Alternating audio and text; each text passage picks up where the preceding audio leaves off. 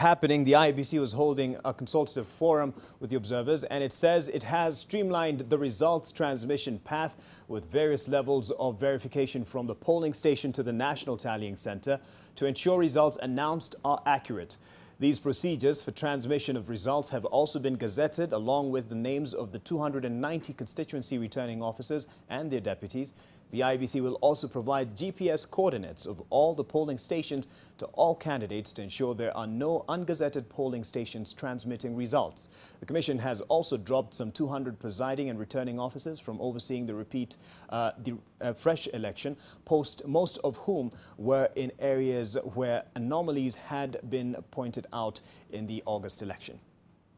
I do not want to give any impression of being upbeat and that this is a PR exercise. It is not. We were here to try and explain to you that we know, we take the responsibility seriously. At least none of us is happy to be on record as having presided an election, the first election in Kenya or in Africa, that was overturned by the Supreme Court. It's not something we are proud of. It's not something that I had ever wished to be on my resume. So we don't take lightly the indictment from the Supreme Court. And that is why we have sat as a commission and said, what is it that we can do differently?